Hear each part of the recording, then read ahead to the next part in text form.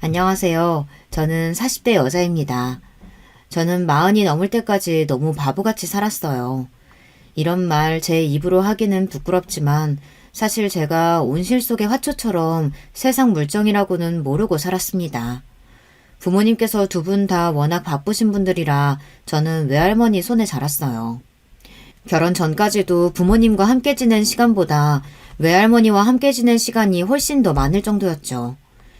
외할머니께서 우리나라에서 유명한 무용수 출신이셨는데 저도 그런 할머니의 끼를 물려받았다며 할머니는 저를 무용수로 키우고 싶어 하셨어요. 사실 너무 어릴 때라 제가 끼가 있는지 무용을 잘하는지도 모르고 할머니 손을 잡고 따라다니며 시키는 대로만 했습니다. 물론 힘들고 지칠 때도 있었죠. 그런데 그럴 때마다 외할머니는 저에게 무용하기 위해 태어난 운명이라고, 그러니 조금 몸이 힘들고 지친다고 해서 절대 포기하면 안 된다고 하셨어요. 제가 무용을 그만두고 싶다고 할 때마다 할머니는 본인의 지난날의 사진과 비디오들을 보여주셨습니다. 저기 화면에 할머니 좀 봐봐. 얼마나 멋있고 아름다워. 우리 수정이도 무대 위에서 할머니처럼 보석처럼 반짝일 날이 있을 거야. 그날을 위해서 절대 포기하면 안 돼. 멋진 의상을 입고 자신을 한껏 뽐내는 할머니의 모습을 보고 있으면 꼭 공주님 같았습니다. 이 세상에서 제일 멋지고 아름다운 사람 같아 보였어요. 저도 할머니 말씀처럼 무대 위에 보석이 되고 싶었습니다. 공주님이 되고 싶었어요.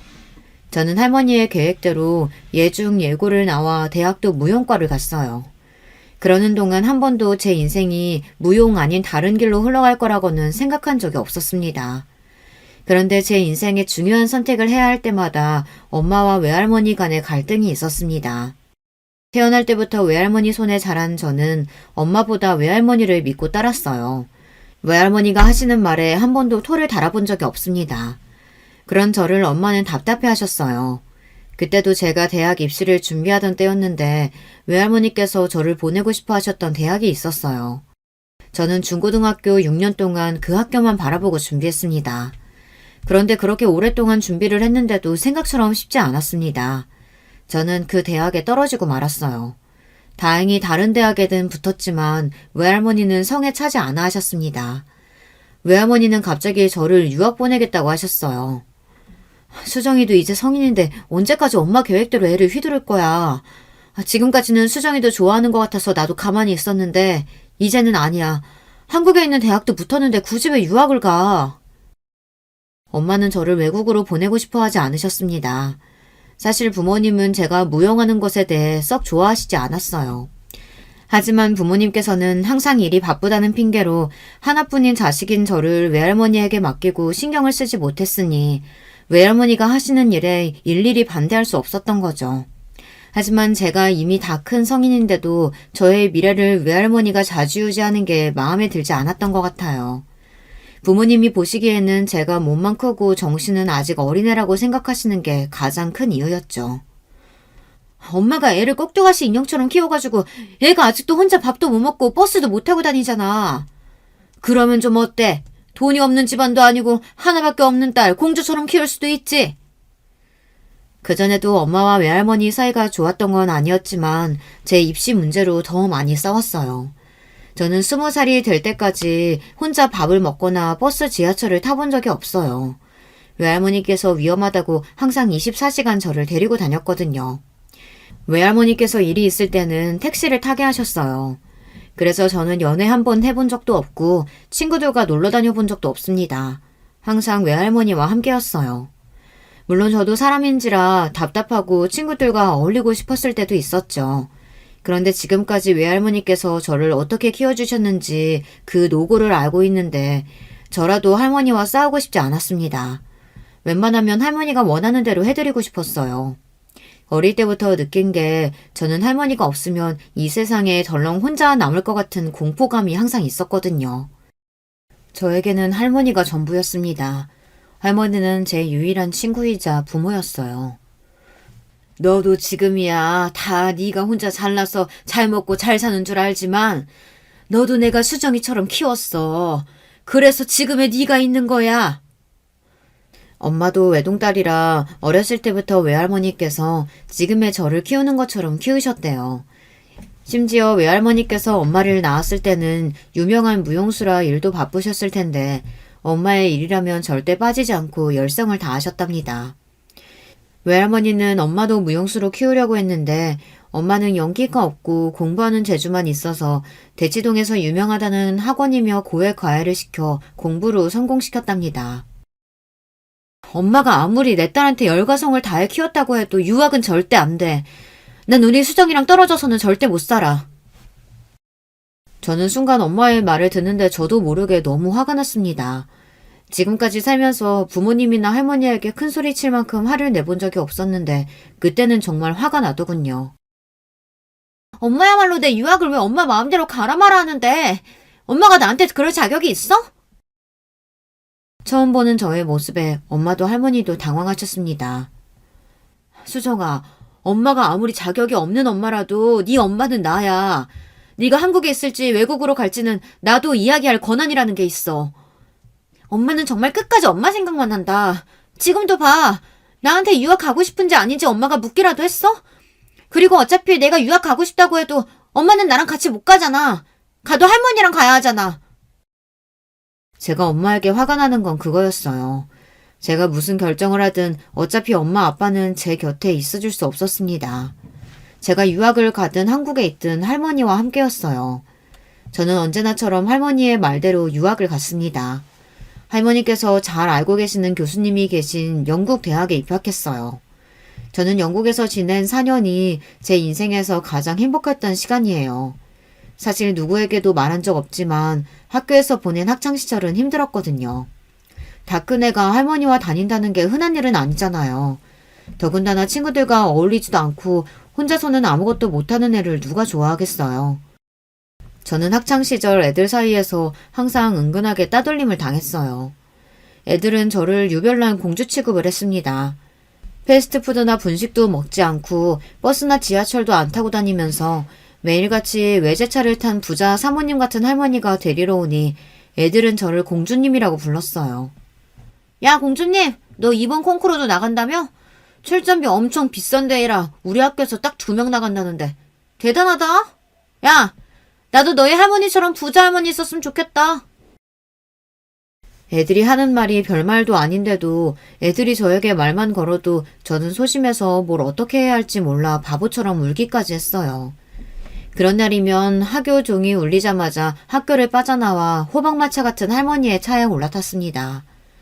언제나 저만 보고 저만 위로해 주시는 할머니를 보고 있으면 저는 어떤 힘든 일이든 다 괜찮아졌어요. 영국에서 살 때는 아무도 제가 누구랑 사는지 어떻게 사는지 신경 쓰는 사람도 없고 딱히 궁금해하는 사람도 없었어요. 오히려 할머니와 함께 산다고 하면 저를 부러워하는 친구들이 많았어요. 영국에 있는 동안 저는 할머니와 더 뗄래야 뗄 수 없는 사이가 됐습니다. 저는 할머니만 제 곁에 있으면 아무도 필요 없었습니다. 영국에서 유학을 마치고 한국에 들어오자마자 외할머니는 한국 극단의 오디션을 다 알아서 잡아두셨어요. 저는 생각할 것도 없이 순서대로 오디션을 보고 극단에 들어갔습니다. 그리고 2년 뒤 외할머니는 제 앞에 웬 서류 봉투를 건넸어요. 저는 이게 다 뭐냐고 물었습니다. 뭐긴 뭐야, 네 신랑감 후보들이지. 그때 제 나이가 26이었어요. 그때까지도 저는 남자랑 데이트다운 데이트도 한번 해본 적 없는 모쏠이었습니다. 그런 저에게 갑자기 신랑감 후보라면서 남자들 이력서를 보여주시니 저는 당황해서 말문이 턱하고 막히더라고요. 저는 할머니께서 농담하는 줄 알고 웃어넘겼어요. 그런데 할머니는 농담이 아니었습니다. 정말 저를 시집 보낼 생각이었어요. 지금 딱 네 나이부터 만나서 1년 연애하고 결혼하면 딱이야. 이 시기 놓치면 조건 좋은 남자 만나기 힘들어. 잘 봐봐. 집안이며 직업이며 조건은 내가 다 미리 괜찮은 남자들로만 골라놨으니까 한번 골라봐. 그 순간 저도 모르게 덜컥 겁이 났어요. 저는 이제야 좀 일도 재밌고 사람들과 어울리는 즐거움도 알았는데 갑자기 선을 보고 결혼하라고 하시니 뭘 어떻게 해야 하나 싶더라고요. 그런데 모든 일은 평소처럼 일사불란하게 진행됐어요. 제가 서류 봉투를 보고 어리버리 멍을 때리고 있으니 할머니께서 고민되면 그냥 3명을 다 만나보라고 하시더군요. 연애도 안 해봤는데 그 정도는 만나봐야 결정할 수 있지 않냐고요. 저는 고민 끝에 조심스레 제 생각을 이야기했어요. 할머니, 난 할머니랑 조금 더 살고 싶어. 벌써 결혼은 무슨 결혼이야. 벌써는 무슨 벌써야. 여자가 나이 먹어서 애 낳고 키우는 게 얼마나 힘든데. 그리고 무용수라는 게 너 지금부터 길어봐야 1, 2년이야. 없는 집 애들처럼 너도 무용수 그만두고 동네에서 무용학원이나 하면서 허송세월 보낼래? 할머니처럼 돈 많은 남자 만나서 평생 우아하게 살아야지. 외할머니는 언제나처럼 계획이 다 있으셨습니다. 제가 영국에 유학 갈 때부터 아마 제 결혼을 계획하고 계셨는지도 몰라요. 네 엄마 봐라. 학창시절 내내 전교 1등만 하고 우리나라에서 제일 좋은 대학 나왔다는 애가 지금도 자기 새끼 공연하는 거 한 번 못 보고 평생 저렇게 병원에 갇혀서 살잖니. 내가 제일 후회하는 게 너희 엄마 병원에서 사내연애해서 결혼하게 한 거야. 아휴, 그때 내가 말렸어야 했는데. 엄마 아빠 일은 바쁘고 나한테 관심은 없어도 둘이 잘 살잖아. 사이도 좋고. 외할머니는 외할아버지가 돌아가실 때까지 여자로 고생시켜서 힘들지 않았냐는 말이 목구멍까지 나왔지만 참았습니다. 외할머니가 돌아가신 외할아버지 이야기하는 걸 싫어하시거든요. 너희 엄마 아빠야 둘 다 바빠서 서로 대면대면 살아서 그래. 거기다가 너도 내가 키워줬으니 둘이 싸울 일도 없었던 거지. 나 봐라. 네 외할아버지가 젊어서 그렇게 바람 피우고 할머니 마음고생 시키더니만 결국은 일찍 죽고 그 많은 재산 다 내 거 됐잖냐. 그러니까 너도 그냥 집안 좋은 남자 만나서 차분하게 애 키우면서 사는 게 제일이야. 너처럼 돈 걱정 안 하고 평생 살다가 결혼해서 돈 없이 살면 얼마나 힘든데. 할머니는 저처럼 온실 속의 화초로 자란 애들은 조건 좋은 남자 만나 현모양처로 살아야 한다고 하셨습니다. 그래도 나도 이제 외국 나가서 공연도 해보고 싶고 공연 기획도 배워보고 싶은데. 그전까지는 무용이 재미있는지도 모르고 주어진 일만 하나하나 하면서 살았는데 나이가 좀 들고 보니 제가 뭘 해야 하는지 조금씩 감이 잡히는 것 같았어요. 할머니는 애들 가르치는 일은 할 생각도 하지 말라고 하셨지만 사실 저는 아이들을 좋아해서 학원도 한번 해보고 싶었거든요. 제가 외할머니에게 보고 배운 게 있으니까요. 너 할머니한테 매일 뭐라고 그랬어? 너도 나처럼 되고 싶다고. 나중에 자식 낳으면 나 같은 엄마가 되고 싶다고 했잖아. 일만 하다가 결혼식에 놓쳐서 괜히 별 볼 일 없는 놈 만나면 나중에 너만 고생해. 네 자식도 물론이고. 할머니의 말은 언제나 저에게 설득력이 있었습니다. 세상에서 저를 제일 잘 아는 사람이 할머니다 보니 당연한 일이었죠. 결국은 저는 할머니의 말대로 봉투 안에 있던 남자들을 다 만났습니다. 사실 외할머니는 세 번째 남자를 마음에 들어 하셨어요. 집안 대대로 검사 집안에 남자는 판사였거든요. 저도 외할머니가 하도 칭찬하셔서 웬만하면 그 남자랑 잘해보려고 했는데 외모가 전혀 끌리지를 않았어요. 조건이 아무리 좋아도 결혼해서 평생 살 사람인데 도저히 정이 생기지 않으면 살지 못하니까요. 그러던 중에 엄마와 할머니 사이에 또 문제가 있었어요. 사실은 제가 대학을 졸업하고 한국에 들어왔을 때 엄마와 대판 싸웠어요. 저는 당연히 한국에 들어와서도 할머니와 살 생각이었습니다. 어렸을 때는 당연히 부모님 집에서 부모님과 함께 살기는 했지만 거의 매일 할머니 댁에 있었어요. 그러다 보니 저는 주소지만 부모님 댁으로 되어 있을 뿐이지 할머니 댁에 살다시피 했습니다. 더군다나 유학 가서도 4년 내내 할머니와 함께 살았으니 이제는 할머니와 함께 사는 게 저에게는 너무 익숙했죠. 그래서 저는 한국에 돌아와서 자연스럽게 외할머니 댁으로 들어갔어요. 그런데 그 일을 부모님은 이해하지 못하셨습니다. 네가 할머니 많이 좋아하고 따르는 건 아빠도 알지만 그래도 네 부모는 우린데 결혼하기 전까지는 우리랑 살아야지. 안 그래도 그렇게 갑자기 유학 가버려서 우리가 얼마나 아쉬웠었는데. 그래, 엄마 아빠도 이제 일 줄이고 너랑 시간 많이 보낼 거야. 앞으로는 엄마가 같이 살면서 너 많이 챙기고 보살펴줄게. 제가 할머니 댁에 들어가 살겠다고 한 게 부모님께서는 좀 충격이었는지 저를 잡으려고 노력하셨어요. 하지만 저는 오히려 그런 부모님이 이해가 되질 않았습니다. 내 나이가 몇인데 지금 와서 엄마가 날 보살피고 챙길 게 어딨어. 할머니도 이제 연세 드셔서 여기저기 아프고 힘든데 할머니가 지금까지 나 키워줬으니까 지금부터는 내가 할머니 옆에 있어줄 거야. 너 지금 그걸 말이라고 해? 엄마 아빠가 그렇게 유학 가지 말라고 붙잡아도 몇 년을 할머니 따라 영국까지 갔다 오더니만 이제는 아예 집까지 나가서 할머니랑 산다고? 엄마는 저를 이해하지 못했어요. 어떻게 낳아준 부모보다 할머니를 더 챙기냐고요. 엄마야말로 지금 와서 이러는 거 웃기지 않아? 우리는 그냥 원래 살던 대로 살면 돼. 엄마 아빠는 하루 종일 병원에서 수술만 하고 나는 할머니랑 있고. 저는 제 뜻대로 집을 나와 할머니 댁에 아예 들어가서 살았습니다. 워낙 본가에서 부모님과 함께 있는 시간이 많지 않아서인지 저는 할머니 댁에 있는 게 훨씬 더 편했어요. 그런 와중에 제가 할머니가 중매를 선 남자들을 만나고 다니니 엄마는 더 이해가 되지 않으신 거죠. 엄마는 할머니를 찾아와 노발대발했습니다. 수정이 얘 나이가 몇인데 선을 봐. 엄마 정말 우리 수정이가 엄마 꼭두가시 인형인 줄 알아? 내가 정말 엄마 때문에 수정이 아빠 볼 낯이 없다. 볼 낯이 없어. 이래서 애 키워준 공은 없다더니만 딱 그 짝이네 그 짝이야. 너 말이 나왔으니까 말인데 너나 네 남편이나 병원에서 한창 전공의로 공부하다가 둘이 눈 맞아서 애만 덜렁 낳아놓기만 하고 나한테 바로 떠넘겼잖아. 그래놓고 일절 신경도 안 쓰고 살았지. 그래놓고 이제 와서 뭐? 네 남편 볼 낯이 없어? 너희들이 수정이 키웠으면 이 정도로나 키웠을 줄 알아? 할머니도 엄마 말이 속상하고 서운한지 눈물을 잔뜩 눈에 머금고 울부짖었어요. 저는 그 모습을 보는데 할머니가 더 안쓰러웠습니다. 엄마는 할머니 속상하게 왜 그런 말을 해? 할머니도 할아버지 돌아가시고 힘드셨을 텐데 그 와중에 나까지 키워주느라 얼마나 힘드셨겠어. 그놈의 일팽개로 맨날 애 떠넘겨놓고 고마운 줄도 모르고 매일 뭐가 그렇게 억울해서 할머니한테 큰 소리야? 아이고, 자식이라고 하나 있는 게 말하는 것 좀 봐. 난 다 네 생각해서 이러는 거야. 네 할머니 다 당신 욕심으로 자식들 힘들게 하는 사람이니까. 너 나중에 나한테 와서 후회나 하지 마. 어디 네 할머니 말만 들으면서 살아봐.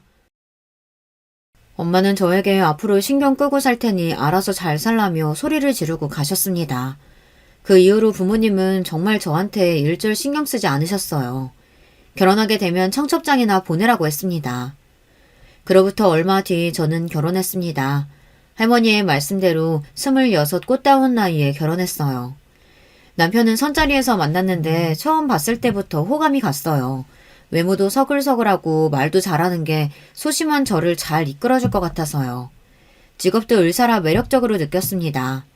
외할머니는 집안이 좀 우리보다 딸리는 게 별로라고 하셨지만 저는 오히려 그 점이 마음에 들었어요. 남편 직업이 의사인 것도 부담스러운데 만약 시댁까지 너무 잘 사는 집이면 제가 주눅이 들 것 같아서요. 저는 결혼하자마자 극단 일을 그만두고 전업주부로 살았습니다. 남편은 본인이 병원 일이 바쁘니 차라리 저도 일을 하는 게 어떠냐고 했어요. 혼자 매일 집에 있으면 외롭지 않겠냐고요. 평생 무용만 한 사람이 집에서 살림만 하면 답답하지 않겠어? 애 생기기 전까지 동네에서 학원이라도 하는 거 어때? 내가 알아봐 줄까? 저도 일을 아예 그만두고 싶진 않았지만 할머니의 성화에 그럴 수밖에 없었어요. 할머니는 무용수는 예술가지 기술을 돈 주고 가르치는 사람이 아니라고 했습니다. 애 갖는 것도 다 준비가 필요한 거야. 엄마가 몸이 편안하고 건강할 때 애를 가져야 똑똑한 애가 나오는 거야. 애 머리야 다 부모 닮는 거죠. 저 닮았으면 머리 걱정 안 해도 되니까 그런 걱정은 하지 마세요. 남편은 말하는데 거침없는 사람이에요. 처음에 저도 남편의 그런 점이 좋아서 끌렸습니다. 저는 항상 무슨 말을 할 때 마음속으로 몇 번이나 생각하고 말하는 사람이라 남편의 그런 점이 부러웠거든요. 그런데 할머니는 그런 남편을 마음에 들어하지 않았습니다. 밖에서 일하느라 바쁜 사람이 집안일까지 뭘 참견해. 애 갖는 거야 여자일이고 남자야 건강한 씨나 주면 되는 거지. 그러니까 김서방도 술 좀 작작 먹고 운동 좀 해. 나이도 있는데 술까지 먹으면 정자가 건강하겠어? 할머니도 참. 제가 의사인데 제 건강 하나 못 챙기겠어요? 그리고 제가 수정이 남편인데 아이를 언제 낳고 안 낳고는 저희가 알아서 상의할 문제죠. 남편 말이 다 맞았습니다.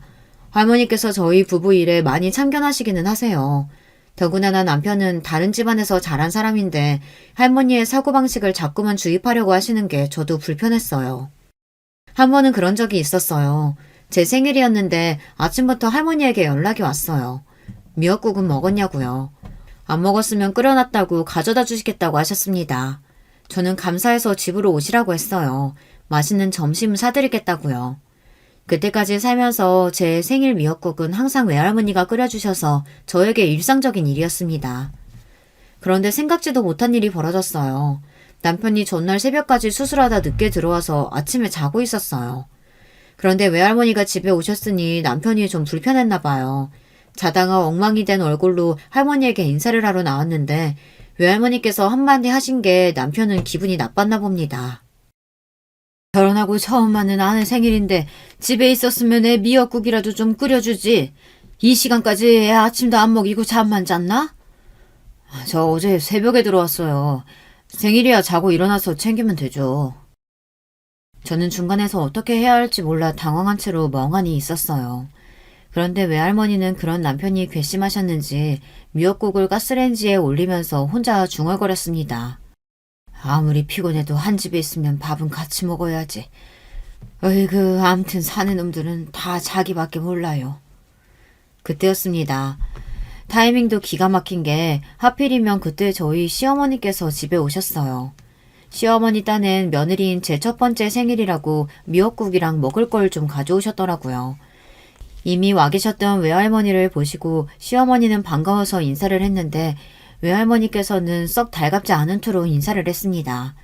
그때 눈치가 빠른 시어머니께서 남편의 등을 토닥였습니다. 우리 아들이 병원에서 얼마나 능력을 인정받는지 병원 수술은 혼자 다 하나 봐요. 아이고, 우리 아들 어제도 늦게 들어왔지? 얼굴이 아주 반쪽이 됐네. 그러게요. 수술도 많고 피곤할 텐데 매일 시간만 나면 친구 만나고 술밥 먹고 다니니 얼굴이 반쪽일 수밖에 없죠. 외할머니의 말에 순간 집안 분위기가 고요해졌습니다. 남편이 평소에 술을 많이 먹기는 해요. 병원 일이 바쁜데도 시간만 나면 친구들을 만나 고주망태가 되어 들어옵니다. 남편이 그러는 게 제가 싫어서 할머니에게 몇 번 하소연한 적이 있었는데 할머니께서 그걸 마음에 담아두셨나 봐요. 남편을 볼 때마다 술 먹지 말라고 잔소리를 하시더니 시어머니 앞에서까지 하셨어요. 시어머니도 세상에서 자기 아들이 제일이라고 생각하시는 분인데 할머니의 말에 기분이 상하셨는지 순간 얼굴이 굳었습니다. 병원 일이 얼마나 힘들고 고되면 술을 의지하겠어요. 이래서 우리가 능력만 좀 있으면 개인 병원이라도 좀 차려주고 싶다니까요. 시어머니는 툭하면 제 앞에서도 남편 병원을 차리고 싶다는 말을 하셨어요. 그게 은근 저에게는 저더러 차려달라는 말처럼 들렸습니다. 누구네 처가에서는 강남에 병원을 차려뒀다더라. 원래 의사 사이 보면 다 처가에서 해주는 거라더라. 이런 말도 하셨죠. 저처럼 눈치가 없는 애도 알아들을 정도다 보니 그런 소리를 할머니에게 한 적이 있었는데 할머니께서 콧방귀를 뀌셨어요. 남자네 집이 얼마나 능력이 없으면 처가에 손을 벌리려고 하냐고요. 그럴 때마다 할머니는 항상 그때 판사랑 결혼했어야 한다고 자꾸 잔소리를 하셔서 저는 웬만하면 남편 욕이나 시댁 욕을 할머니에게 안 하고 싶은데 그게 쉽지 않았어요. 저에게는 할머니밖에 없으니까요. 그런데 그때였어요. 할머니께서 시어머니가 많이 거슬리셨는지 참지 않으시고 말을 뱉었어요. 아들 고생하는 게 싫으면 병원 하나 차려주면 되지 뭘 고민해요. 하긴 병원 차리는 게 한두 푼도 아니고 사돈 두 분이 애들 가르쳐서 차려주시려면 몇십 년은 걸리겠네. 시부모님이 목동에서 학원을 운영하세요.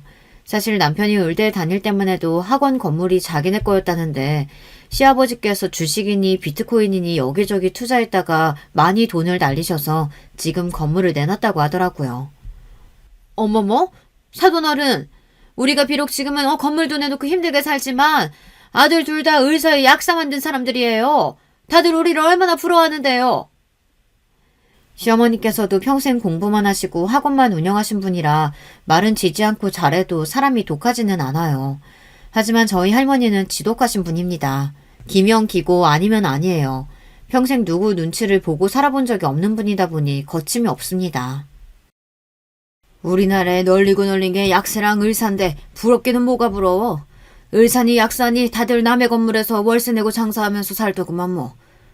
에이그, 내가 이래서 의사는 막노동이라고 싫다고 그렇게 말을 했는데 헛똑똑이 같으니라고. 할머니는 혼잣말처럼 중얼거리셨지만 다 들렸어요. 할머니의 말이 끝나자마자 시어머니는 손을 부들부들 떠시더니 저에게 생일 축하한다고 딱 한마디 하시고는 집을 나가버리셨습니다. 남편은 저를 한번 쓱 흘겨보더니 시어머니를 따라 나갔어요. 할머니는 아무리 그래도 시어머니 앞에서 막노동이니 뭐 그런 소리래. 저는 아무래도 상황이 민망해서 할머니에게 투덜거렸습니다. 그런데도 할머니는 당신이 잘한 거라고 하셨어요. 너희 시어머니 은근 자기 아들 의사라고 자꾸만 내 앞에서 뻐기는데 아주 재수없어 죽겠다. 누구 자식은 의사 아닌가? 쥐뿔도 없으면서 병원 개업 얘기는 왜 자꾸 하는 거야? 그렇게 차려주고 싶으면 자기가 차려주면 되지. 그리고 외과 의사면 매일 수술실에서 사는데 막노동 맞지 뭐. 몰라. 할머니도 김서방한테 자꾸 뭐라고 하지 마. 안 그래도 수술 많아서 피곤해하는데 집에서까지 힘들게 하면 되겠어? 아이고, 자기 남편이라고 싸고 돌기는. 남편 없는 할머니 외로워서 살겠냐? 눈치 없는 할머니 빠져줄 테니까 네 남편이랑 생일상 맛있게 차려 먹어라. 외할머니는 바로 집에 가려고 하셨어요. 저는 제 말에 혹시나 할머니께서 서운하셨나 싶어 점심이라도 드시고 가라고 했습니다. 그런데 할머니는 한상코 괜찮다고 하셨어요. 그때 남편이 들어오길래 할머니를 집에라도 좀 모셔다 달라고 했습니다. 그런데 남편이 제게 버럭 화를 내더군요. 우리 엄마 저렇게 그냥 가게 해놓고 나더러 할머니를 댁에 모셔다 드리라고? 당신 생각이 없어도 너무 없는 거 아니야? 남편은 할머니에게 제대로 인사도 안 하고 방문을 세게 닫고 들어가 버렸어요. 할머니는 결국 택시를 잡아타고 댁으로 가셨습니다. 그런데 그날 사고가 났어요. 할머니께서 타고 가신 택시가 덤프트럭과 충돌하는 사고가 나서 할머니께서 급하게 응급실에 실려가셨다가 병원에서 사망하셨습니다. 저는 할머니 소식을 듣고 그대로 쓰러졌어요. 너무 충격을 받아서요. 제가 세상에서 가장 사랑하는 사람이었던 외할머니께서 제 생일날 돌아가셨어요. 그때의 충격으로 저는 몇 개월 동안 말을 못할 정도로 슬픔에서 벗어나지를 못했습니다. 그런 저를 아무도 이해하지 못했어요. 특히나 남편은 그런 저를 한심하게 생각했습니다. 남편이 출근할 때든 퇴근할 때든 저는 정신이 반쯤 나간 사람처럼 흐물거리며 대충 밥을 차려주고 방에 들어가 누웠습니다. 도대체 언제까지 그렇게 폐인처럼 지낼 거야? 나 아픈 사람 살리는 의사야. 집에서 노는 사람이 밥상도 제대로 안 차리고 이따위로 할 거면 내가 당신이랑 뭐하러 살아? 당신은 죄책감도 없어? 내가 그날 당신한테 할머니 집에 모셔다 달라고 했었잖아.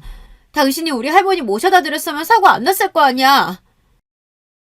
한 달 넘게 남편에게 제대로 된 말 한마디 안 하다가 결국 그날은 터져버리고 말았습니다. 남편 잘못이 아니라는 거야 저도 잘 알아요. 그런데 할머니를 잃었다는 슬픔이 저에게는 너무 아픈 상처다 보니 누구라도 원망할 사람이 필요했습니다. 제 말에 남편도 속상했을 거예요. 그런데 당시에 저는 머릿속이 온통 엉망이었습니다. 네가 돌아도 제대로 돌았구나. 정신과에 예약해 놓을 테니까 가서 진료나 받아. 정신도 마음도 엉망인 저를 받아줄 남편이 아니었습니다. 남편은 아무래도 제가 미친 것 같으니 병원에 가서 검사나 받아보라고 했습니다. 외할머니가 떠나고 저는 우울증까지 걸렸습니다.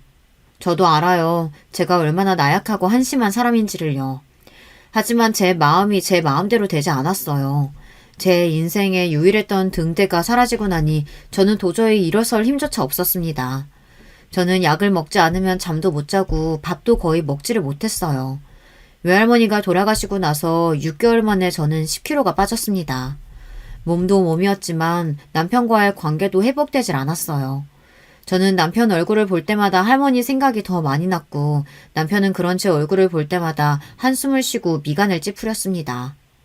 그러던 어느 날이었어요. 제가 방에서 뜬 눈으로 누워 있었는데 밖에서 현관 번호키를 누르는 소리가 들렸습니다.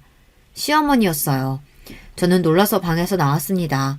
그런데 제 몰골을 보자마자 시어머니는 눈살을 찌푸리시며 혀를 끌끌 찼습니다. 그러더니 거실로 걸어가 커튼을 세게 치고 창문을 활짝 열었습니다. 장례식 끝난 지가 언젠데 아직도 이러고 있어. 내가 참고 참다가 도저히 속이 터져서 가만히 있을 수가 없어서 왔다. 네 남편 교수 임용 앞두고 있는 거 몰라서 이래? 다른 마누라들은 자기 남편 교수시키려고 병원장까지 만나고 난리도 아니던데 너는 언제까지 이렇게 한심하게 있을 거니? 저는 혹시나 기대했습니다. 시어머니께서 제가 걱정돼서 오신 건 아닌가 해서요. 그런데 역시나 그럴 리 없었죠. 당신 아들이 교수가 되느냐 마느냐 중요한 시기인데 제가 폐인처럼 정신을 못 차리고 있으니 단속하려고 오신 거죠. 어머님 아들 똑똑해서 어련히 알아서 할 텐데 제가 할 일이 뭐가 있다고 그러세요. 어머머, 얘 말하는 것 좀 봐? 내가 우리 아들 교수 못 될까봐 이러는 거 같니? 나는 너 걱정돼서 이러는 거야. 너 눈이 있으면 지금 당장 화장실 가서 거울 좀 봐라. 어떤 남자가 너랑 살고 싶겠니?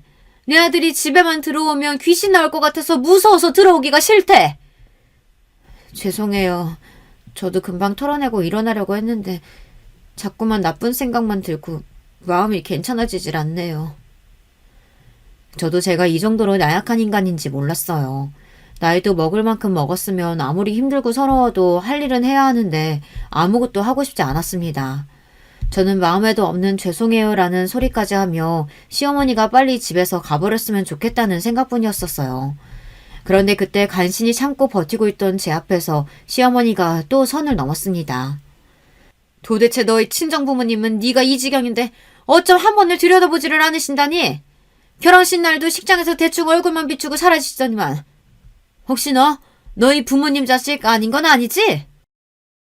저는 제가 정신이 없어서 말을 잘못 들은 줄 알았습니다. 그래서 시어머니께 다시 한번 물었어요. 무슨 소리를 하시는 거냐고요. 아무래도 이상하잖아. 상견례 때부터 지금까지 맨날 할머니라는 사람이 쫓아다니면서 유난이란 유난은 다 떨더니만 할머니 좀 죽었다고 손녀가 집안 다 내팽개치고 이런 거짓말을 하는 게 말이 되냐고. 나는 아무리 생각해도 네가 이해가 안 된다. 어머님이 뭘 한다고 마음대로 판단하세요. 집안일이고 남편이고 제가 다 알아서 할 테니까 어머님은 이제 좀 제발 가세요. 저는 시어머니께 그만 돌아가시라고 등을 떠밀었습니다. 시어머니는 뭐 이런 게 있냐며 저에게 화를 내셨지만 제 귀에 들어오지 않았어요. 이럴 때일수록 정신 똑바로 차리고 하루라도 빨리 애 만들 생각부터 해. 너 그래야 남편이 나가서 딴짓 안 한다? 이게 다 너 생각해서 하는 말이야. 시어머니는 집에서 쫓겨나면서도 말도 안 되는 소리를 짓거렸어요. 저더러 지금 당장 아이나 가지래요. 그래야 우울증에서도 벗어날 수 있다고요. 시어머니가 하는 말이 모두 다 싫고 원망스러웠지만 시어머니의 말이 전부 다 틀린 건 아니에요. 저는 시어머니가 돌아가시고 나서 순간 정말 내가 문제인가라는 고민에 빠졌어요. 저는 태어났을 때부터 외할머니에게 과잉 보호를 받고 자라면서 부족함이라고는 모르고 자랐다고 생각했습니다. 그런데 한편으로는 부모의 사랑을 받지 못했다는 게 외롭고 힘들 때도 있었어요. 학교에 행사가 있으면 다들 부모님이 오시는데 저는 항상 할머니가 오셨으니까요. 가끔은 할머니가 아니라 부모님이 와주셨으면 좋겠다 생각한 적도 있었습니다. 하지만 제가 그런 생각을 하고 있다는 걸 모를 리 없으셨던 할머니는 제가 외롭다는 생각이 들지 않도록 더 유난하고 유별나게 해주셨어요. 제가 조금 더 부족함을 느끼지 못하도록 말이죠. 그런데 제가 더 할머니에게 집착했는지도 몰라요.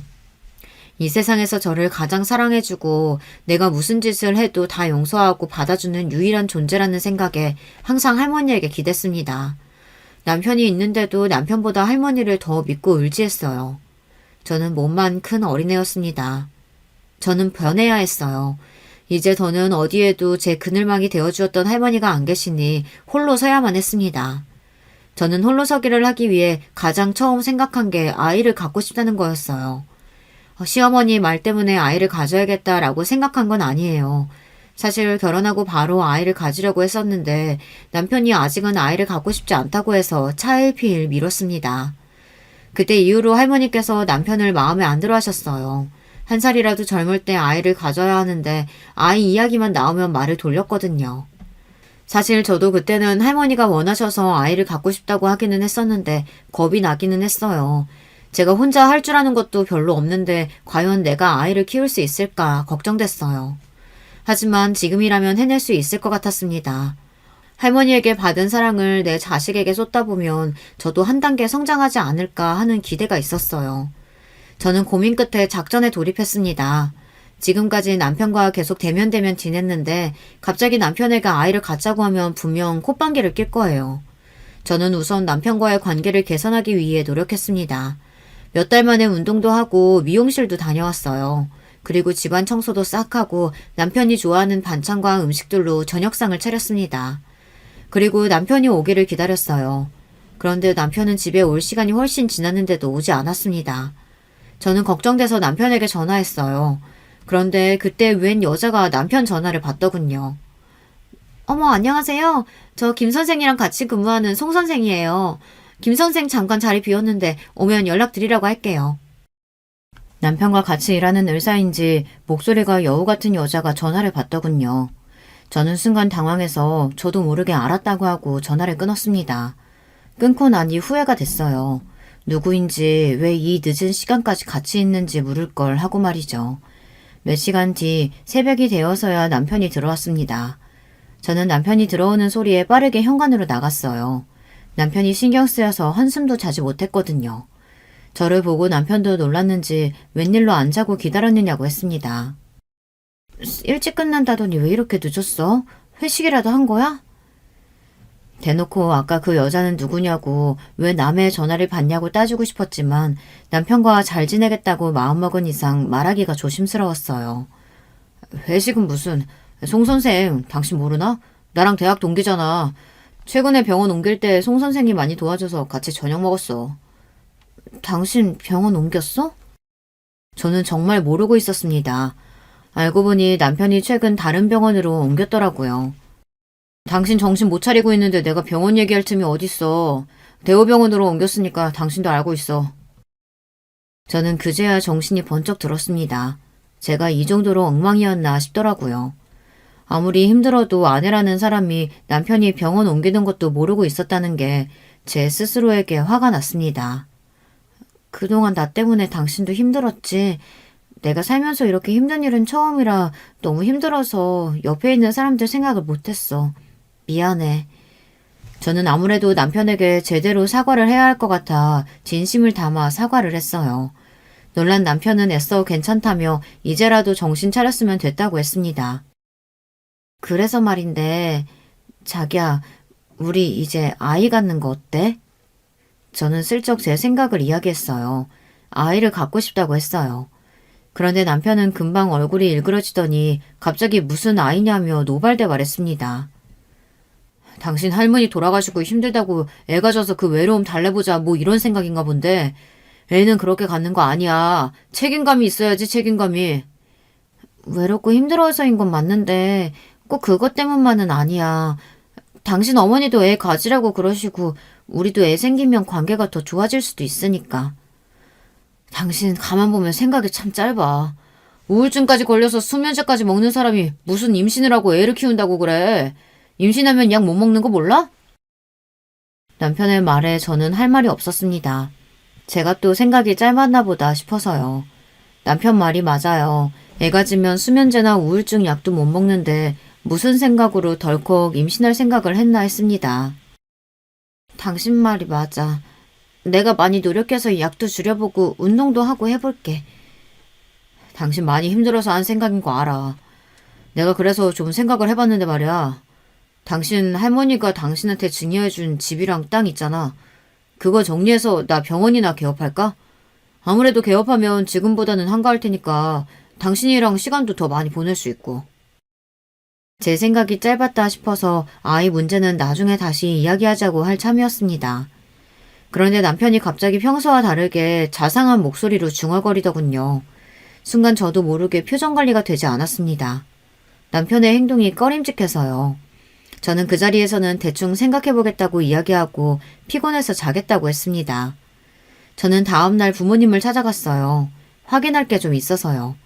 사실 제가 할머니 그늘에 숨어 세상 물정이라고는 모르는 애처럼 보이지만 아예 멍청이는 아니에요. 저희 외할머니가 어떤 분입니까? 지독하기로는 독재자급이에요. 그런 할머니에게 자라면서 저도 나름대로 보고 들은 게 있습니다. 특히나 살아생전 밥 먹듯 바람을 피우던 남편과 살았던 할머니의 조언들은 저에게 피가 되고 살이 되었죠. 남편은 분명 이상했습니다. 아무리 제가 할머니 일로 정신이 없었어도 그렇지 병원을 옮기는 중요한 일조차 저에게 말하지 않는 것부터가 이해가 안 됐어요.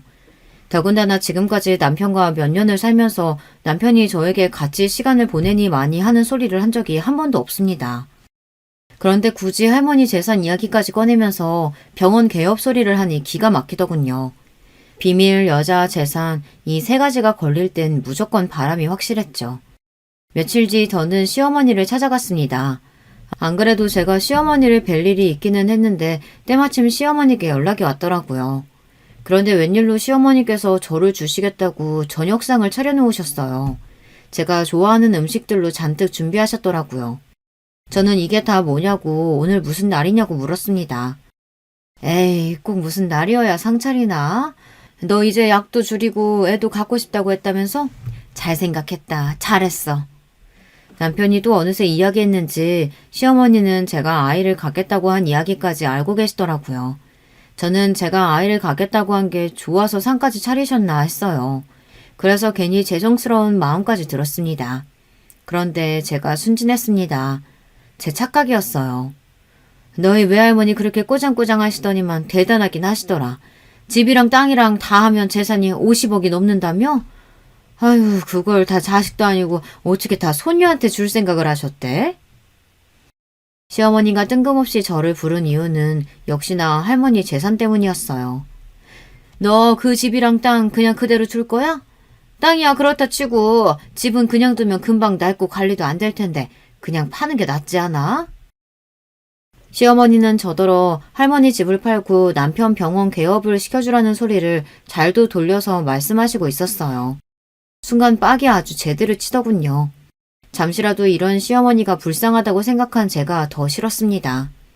결국은 저는 참고 있던 분노를 표출했어요. 어머니가 너무 뭘 모르시는 것 같아서 말씀드리는데요. 어머님은 제 아파트나 땅에 신경 쓰실 필요 없어요. 저 어머님 아들하고 이혼할 거예요. 제 말에 시어머니는 눈이 휘둥그레졌습니다. 그러더니 그게 도대체 무슨 소리냐고 언성을 높였어요. 저는 이때다 싶어 핸드폰을 꺼내 남편이 그 송 선생인지 뭔지 아는 여자 의사와 주고받았던 메시지를 저장한 내용을 보여줬어요. 제 촉이 맞았더라고요.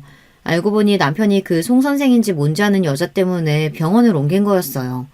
거기다가 그 여자랑 개업하려고 부동산까지 다니며 병원 자리까지 알아보고 다녔더라고요. 어머님 아들 지금 같은 병원 의사랑 바람 피우고 있어요. 안 그래도 증거 다 수집해서 이혼 서류 제출하기 전에 어머님께 말씀드리려고 온 거예요. 뭐? 이혼? 너 제정신이야? 네 주제에 의사 남편 만나서 결혼했으면 바람 정도는 참고 살아야지. 이혼은 무슨 이혼이야? 시어머니는 바로 본색을 드러냈습니다. 그럴 줄 알았어요. 자기 아들이라면 바람을 피우든 어쩌든 개의치 않는 분이라고 생각했어요. 제 주제요? 어머니는 제 재산 50억 넘게 있는 걸 알고도 그런 소리가 나오세요? 아이고, 그까짓 돈 네가 번 것도 아니면서 잘난 척은? 내 아들이 능력 있어서 너랑 이혼해도 50억 정도 있는 여자는 금방 만나. 그리고 너는 정신병까지 있잖냐. 아, 그래요? 그럼 하나 더 알려드릴까요? 어머님 아들이 송 선생인지 뭔지 아는 그 여자 따라서 옮긴 병원 이사장이 누군지 아세요? 바로 우리 아빠예요. 제 말에 시어머니는 믿기지 않는다는 듯 그게 무슨 헛소리냐고 언성을 높였어요.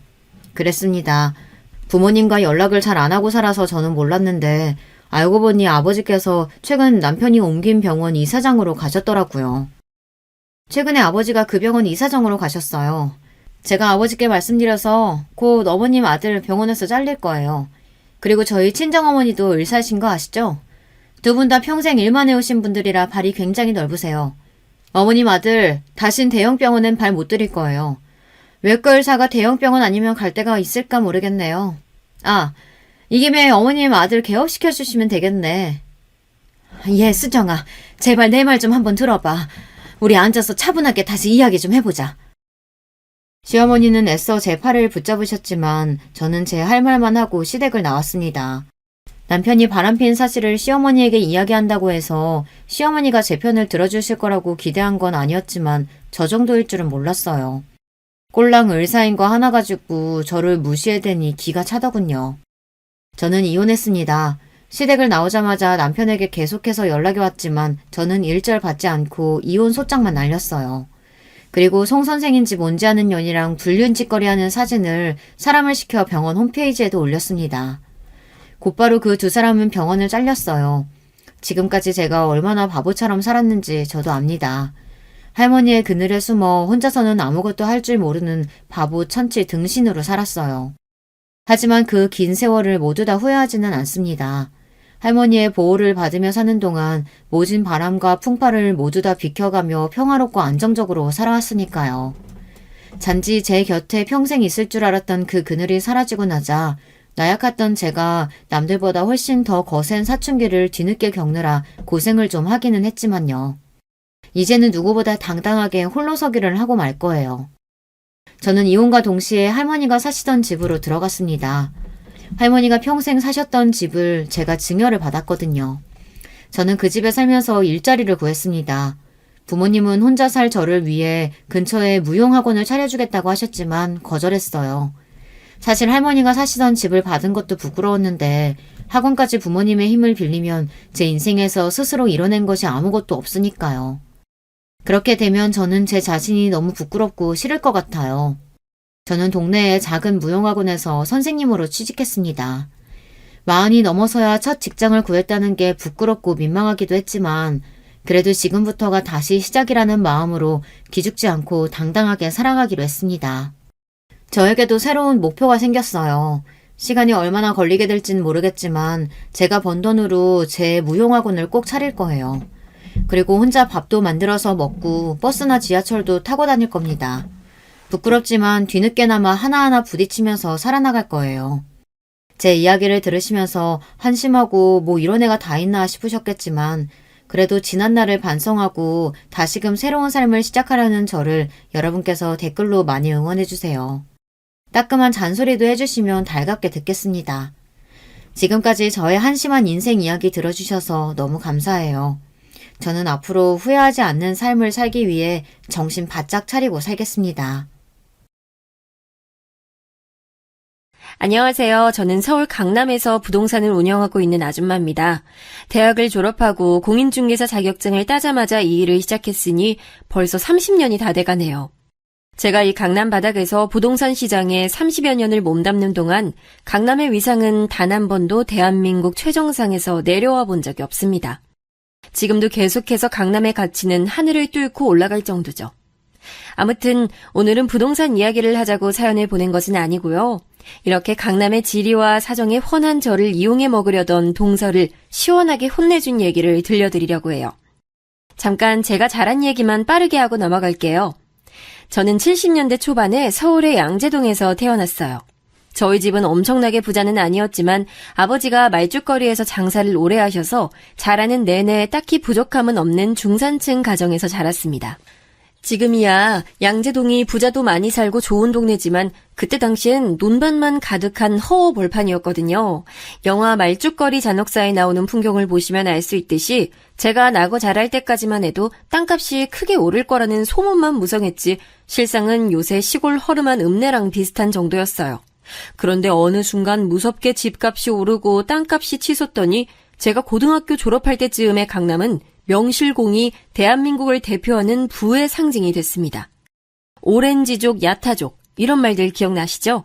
딱 그때 당시에 압구정동, 청담동 등을 누비면서 신나게 놀러다니던 돈 많은 집 자식들을 부르던 말이었죠. 하지만 저희 집이랑은 거리가 먼 얘기였습니다. 아쉽게도 저희 집은 강남권에 위치하고 있긴 했지만 완전히 강남의 중심권은 아니었던 데다가 아버지는 평생을 말죽거리에서 사셨으면서도 그런 부동산 투자 쪽에는 영 감각이 없었거든요. 아이고, 남들은 다 미리부터 야금야금 땅을 사서 되팔고 또 되팔고 해서 수십억씩 벌었다던데 우리는 꼴랑 이 집 한 채밖에 남은 게 없네. 옆가게 김씨네도 10년 전에 사둔 땅 팔아서 재미 좀 봤다지. 아이 어째 우린 그런 복이 한 번도 안 굴러 들어온다냐. 이렇게 아버지는 잊을만 하면 남의 집 땅값 오른 얘기에 배 아파하시면서 툴툴대곤 하셨죠. 학교 공부와 크게 연이 없었던 저는 어찌어찌 겨우 수도권 대학을 졸업하고 앞으로 뭐를 해먹고 살아야 하나 고민을 하고 있던 중이었습니다. 딱히 하고 싶은 것도 없었고 결혼 상대가 있었던 것도 아니었는데 그렇다고 아버지 가게를 물려받기는 또 싫었거든요. 그러던 중에 아빠가 그렇게 놀고만 있을 거면 맞은편 박신의 부동산에 가서 알바라도 하라고 잔소리를 하는 통에 발을 들여놓았던 부동산 일이 제 평생의 업이 됐습니다. 남편과는 그 박씨 아저씨네 부동산에서 만났습니다. 남편도 저처럼 대학 졸업하고 빈둥대고 있다가 부모님 성화에 못 이겨 부동산 공부나 좀 해볼 겸 여기에 취직을 하게 된 거였죠. 남편이나 저나 처음엔 자격증도 없으니 문서 정리나 손님 맞이 따위에 잡일만 하다가 둘 다 박씨 아저씨 어깨 너머로 하나씩 배우는 부동산 일이 재밌어서 본격적으로 함께 자격증도 공부하고 실무에 하나둘씩 손을 대게 됐습니다. 그 과중에 정이 들어서 사내 연애를 하게 됐고 2년여의 연애 끝에 결혼을 하게 됐습니다. 지금 생각해보면 박씨 아저씨를 포함 꼴랑 4명 있는 조그만 부동산이었는데 사내 연애라는 표현이 조금 민망하네요. 그렇게 결혼과 동시에 남편과 저는 저희에게 일을 가르쳐 주셨던 박씨 아저씨의 품을 떠나 좀 더 강남 깊숙한 곳에 저희의 부동산을 차렸습니다. 불경기에도 어느 정도 먹고 살 만큼 수입이 들어왔고 연년생 2딸도 낳아서 무사히 잘 길렀습니다. 이대로 한평생 살다가도 별다른 여한이 없겠다 싶을 정도의 평온한 인생이었죠. 세상 얄미운 건방이 하늘을 찌르는 동서가 등장하기 전까지는요.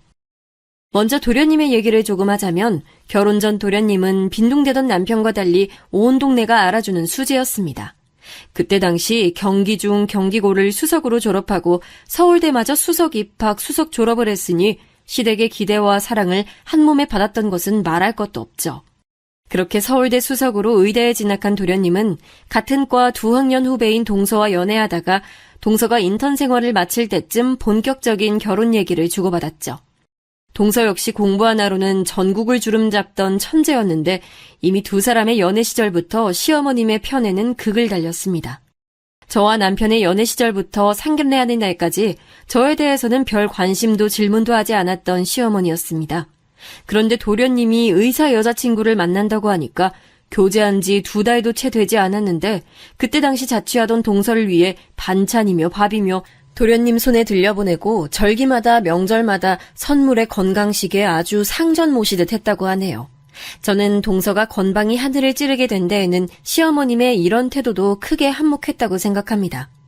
시어머니의 아직 결혼도 안 한 예비동서와 저를 차별하는 모습에서 알 수 있듯이 남편과 도련님을 어렸을 때부터 대놓고 차별을 했다고 했어요.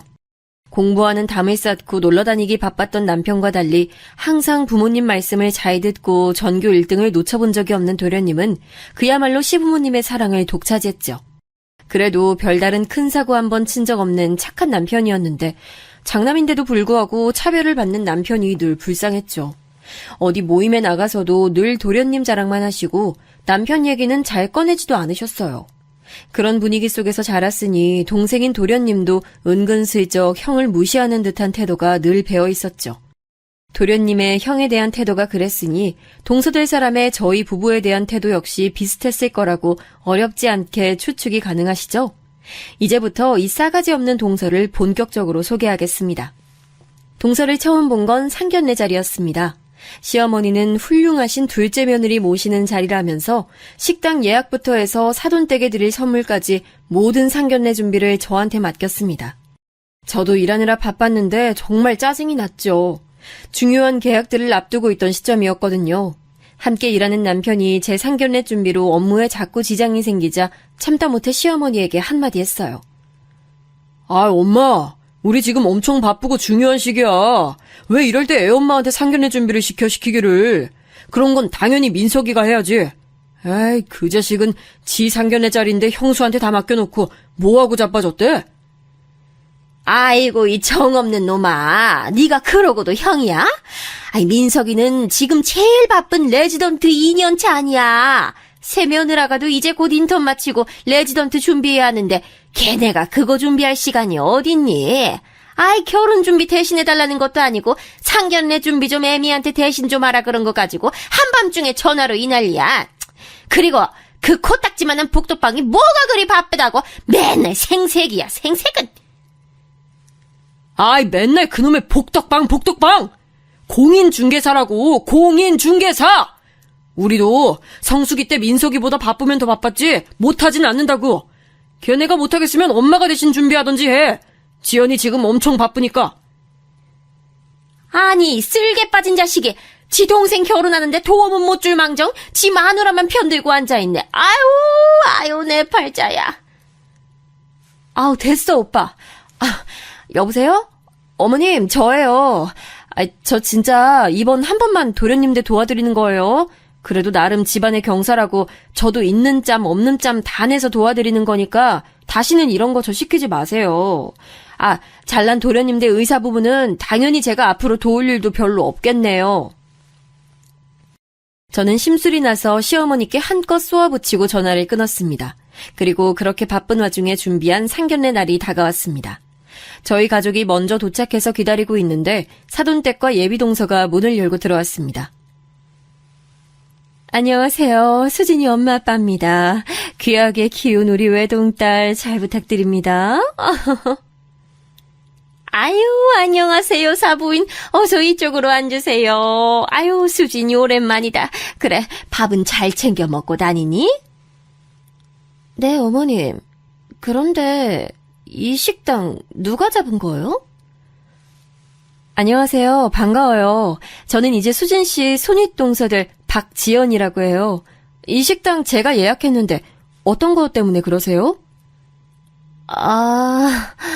아직 민석 오빠한테 얘기 못 들으셨구나? 저는 한식 별로 안 좋아하거든요. 그래서 이왕이면 파인다이닝으로 잡아달라고 오빠한테 얘기했는데 전달이 잘 안 됐나 보네요? 그래도 굳이 한정식집으로 잡으실 거면 좀 더 깔끔하고 수준 있는 곳으로 잡으셨으면 좋았을 뻔했어요. 다음부턴 신경 좀 더 써주세요. 저희 부모님도 먹는 거에 많이 예민하셔서요. 처음에는 내가 지금 잘못 들은 건가 몰래카메라인가 하는 생각이 들 정도로 예비동서의 태도는 상식 밖을 훨씬 넘어서는 수준이었습니다. 아니 무슨 미식 품평회 하는 자리도 아니고 양가가 마주하는 상견례 자리인데 거기서까지 꼭 자기가 좋아하는 파인다이닝인지 뭔지 해서 처먹어야 하는 걸까요? 저희 가족은 다 한식 좋아하고 사돈댁도 다 한정식집이 괜찮다고 전해 들어서 이곳으로 잡은 건데 굳이 그걸 처음 만나는 자리에서 어필을 해야 하는지 이해가 가질 않았어요. 게다가 제가 손윗동서인데 아랫사람이나 부하 직원 대하듯 하는 그 태도에 저는 경악을 금치 못했죠. 아, 그러셨어요? 그런데 동서는 파인다이닝인지 파인애플 다이닝인지 해서 주로 음식을 즐겨 드시면서 눈치도 같이 밥 말아 드시나 봐요. 저도 일하면서 정신없는 와중에 동시에 이 상견례 자리까지 준비한 건데 본인 식성이 안 맞는다고 준비한 사람 성의를 이렇게 무시하는 건 좀 아닌 것 같네요? 저는 참지 않고 그 자리에서 바로 쏘아붙였습니다. 여기서 기가 밀리면 앞으로도 평생 시달릴 것 같은 느낌이 들었거든요. 부동산 일을 오래 하면서 여러 사람을 만나다 보니 이 동서라는 사람도 어떤 인간인지 그 자리에서 대번에 파악할 수 있었습니다. 네? 뭐라고요? 엄마, 지금 이 아줌마 뭐라는 거야? 나 잘못 들은 거 아니지? 아줌마가 아니고 형님이요, 형님. 이제 가족들 사이인데 호칭 정리 분명히 좀 부탁드릴게요. 예, 너 지금 사돈어른도 계신데 이게 뭐 하는 거야? 아유, 사부인, 사돈어른. 제가 대신 사과드리겠습니다. 얘가 복덕방에서 손 사기꾼 같은 질 낮은 손님들만 상대하다 보니 이렇게 억세고 거칠어요. 아유, 이해 좀 부탁드립니다. 아니, 아무리 그래도 그렇지 이런 무례한 경우가 어딨어요? 이 결혼 아무래도 다시 생각해봐야겠네요. 사위 될 사람이 아주 능력이 출중해서 사부인 댁을 긍정적으로 생각하고 있었는데 맏며느리라는 사람이 이렇게 예의가 없으니 원. 오늘은 더는 불쾌해서 이 자리 못 있겠네요. 저희 먼저 일어납니다. 아이고, 사부인, 사돈어른, 예, 수진아! 결국 그날 상견례 자리는 식사도 제대로 하기 전에 파토가 났습니다. 네가 아주 우리 집안을 망하게 하려고 작정을 했구나. 다른 날도 아니고 상견례 자리에서 그게 어디서 배워먹은 못된 성질머리야. 너 지금 당장 쫓아가서 사돈댁이랑 둘째 아가한테 잘못했다고 싹싹 빌어. 어머님은 지금 저 동서될 인간이 저한테 무례하게 군 거는 생각도 안 하세요? 저뿐만이 아니라 저희 집 전체를 무시하는 태도였다고요. 그런데도 저기 집의 편만 드세요? 여보, 일단 잠깐 참아봐. 엄마, 일단 오늘은 날이 아닌 것 같으니까 다들 진정하고 돌아가서 다시 대책을 강구해보자. 민석이 너도 일단은 사돈 어른들께 잘 말씀드려서 다시 날 잡는 걸로 하자. 저랑 시어머니마저도 크게 싸울 분위기가 되자 남편이 나서서 말리는데 도련님이 거기다 대고 한마디 덧붙였습니다.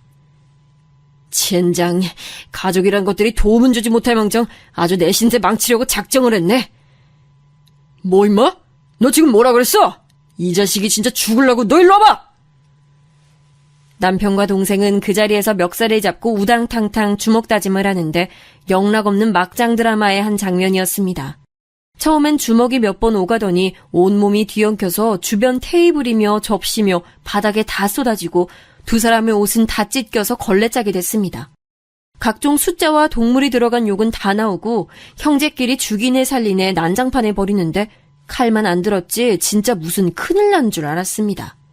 결국엔 경찰까지 출동하고 가족 간의 문제라고 겨우 경찰들을 설득해서 돌려보낸 뒤에야 상황이 일단락됐죠.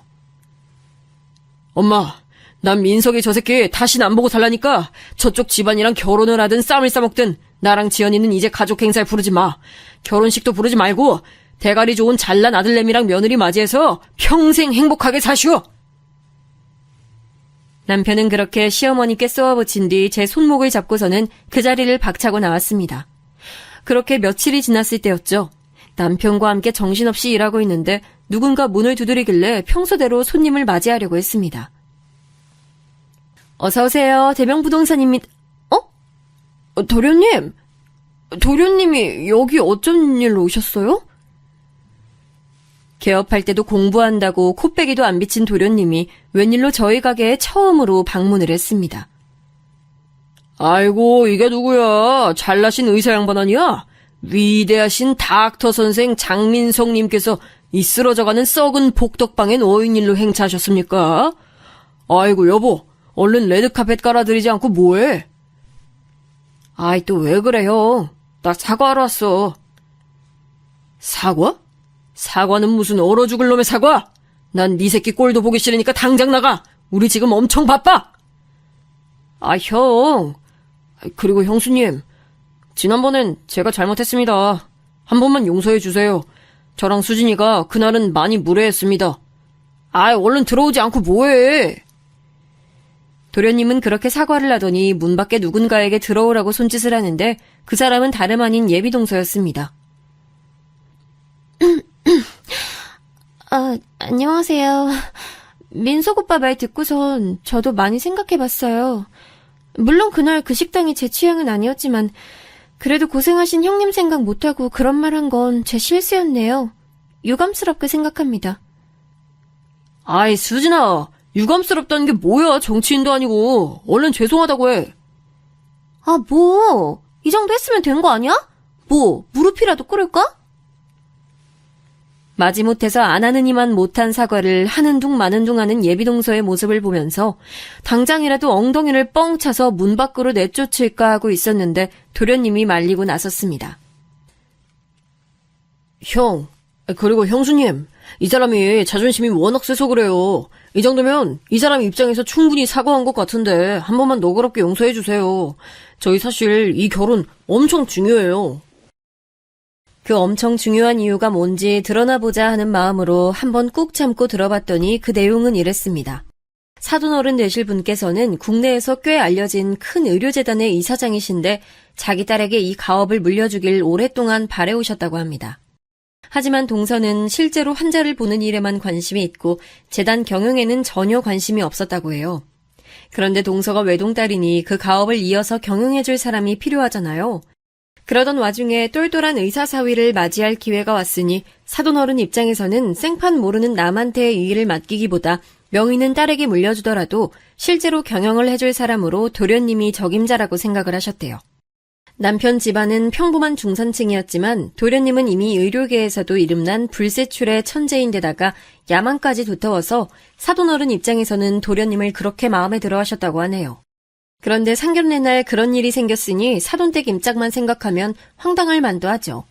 자신의 야망을 포기할 수 없었던 도련님은 이번 기회를 놓치면 언제 다시 그런 큰 기회가 찾아올지 모르기 때문에 그 센 자존심을 꺾고 저희에게 사과를 먼저 해온 것이었어요.